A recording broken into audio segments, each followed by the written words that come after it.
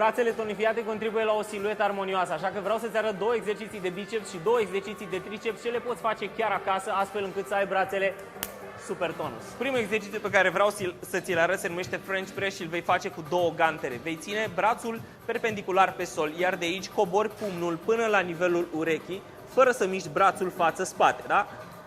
Ridici până la o extensie completă. Atenție, tricepsul lucrează doar în extensii. Al doilea exercițiu pe care vreau să ți-l arăt sunt extensiile cu gantera deasupra capului. Vei pleca cu brațul perfect fix și vei face mișcarea complet.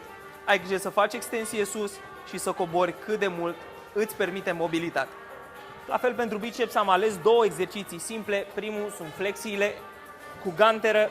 Vreau să faci mișcarea controlată, 2 secunde pe urcare, 3 secunde pe coborâre. Al doilea exercițiu este de izolare. Vei lucra cu o singură ganteră, vei sprijini cotul în găurica asta de aici, de la genunchi, și vei face o mișcare de flexie în care pumnul tău se va duce pe direcția umărului.